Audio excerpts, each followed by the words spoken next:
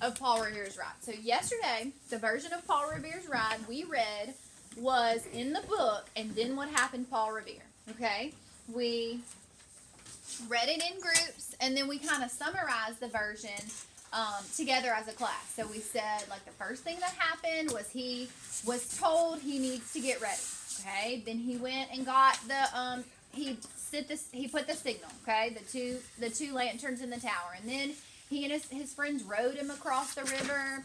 Then he got on a horse, and then he went off. Okay, that's kind of mostly all we got from this story. So today we're going to gather information from different versions of Paul Revere's Ride in order to get the full picture. Because if you just hear one side of the story, you might not want the full picture. It's like when you guys come try to tell me something. Oh, so-and-so did something to me and bothered me. Well, I'm going to want to talk to that other person too. I'm not just going to want to take your word for it and if you're the other person, you're going to be happy that I hear everybody's side of the story before I make my decision on what's going to happen.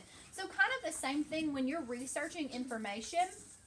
And in this case, Paul Revere's Ride, we're researching information. Well, we want to get all the versions that we can get so that we can get a good mental picture and get plenty of background knowledge as to what actually went on. Okay, so I let you guys listen to the poem yesterday. We're going to listen to the poem again today, but we're going to kind of look at the poem a little differently. Okay, so again, you don't really need to be doing anything, but step one, we've not really done much poetry in here, if any. But what is a poem? It's a type of literature written in verse and often having a rhyme or rhythm. Guys, we might not have read much poetry, but we listen to poetry all the time. We listen to songs on the radio all the time. We listen to those vocabulary songs all the time. Y'all, are they not rhyming songs? They are. Are they not written in rhythm? Do they not have a beat to them? So just because it's technically a song doesn't mean that it's not a poem. So If it was just a word form, it would be pretty much, Chloe. So like a lot of people look at poems and they're like, oh, this is kind of intimidating. I don't know what's being said. No, it's not. Y'all, we listen to poems all the time. We just don't think about it because we're so used to it. Okay?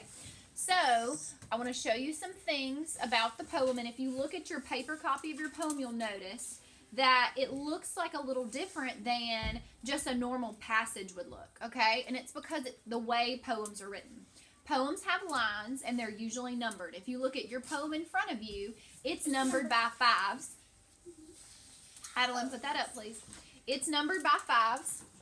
Every single line numbered would get cluttered on the page. So they just kind of usually group it. But I want you to notice that what looks like paragraphs, some are long, some are short, but it kind of looks like what we would call paragraphs if we were looking at normal text. Well, they're called stanzas in poetry. We heard that word.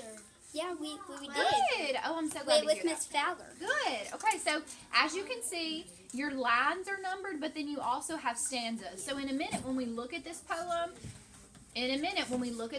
I might say go to the such and such stanza. So I need you to make sure that you know what I'm talking about, okay?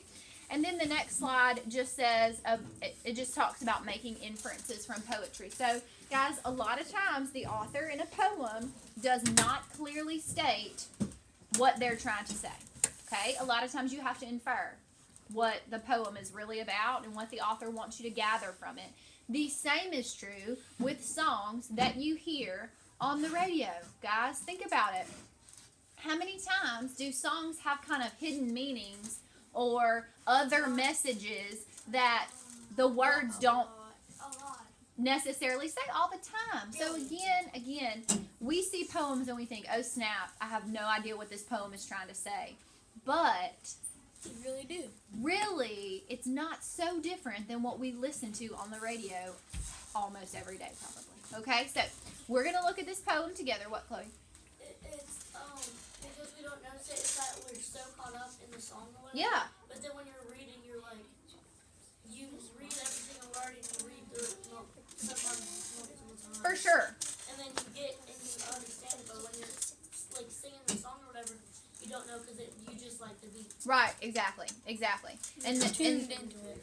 sometimes, y'all, the poems can be turned into songs. Like, Some people have turned famous poems into songs, but honestly, we can analyze this poetry even without it having a beat. So, I am not gonna read aloud with Paul Revere's Ride. I'm gonna let it play for you again, like I did yesterday. But what I want us to do as we're reading, there's a lot of slides on this slideshow, and virtual people, I'll guide you on the slides that I want you to be doing. But there's a lot of slides on this slideshow. Really, what I want us to do when we read this poem is I want us to look for things. Okay, did I already hear that in the first version of Paul Revere's Ride? If it's something that's familiar information to you, like something you already know, I want you to underline it. If it's new information that you've maybe not heard before, I want you to put like a star by it.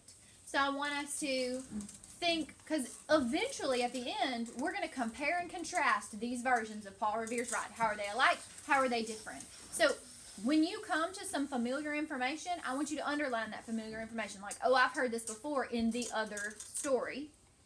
Or put a star by it. This is totally new. This is totally new, and I think this is going to be a difference that I use in my paragraph later. Okay, so I'm going to go back to the same YouTube video that we listened to yesterday. Let me freeze it, because y'all don't really need to watch the video. You just need to be able to hear it.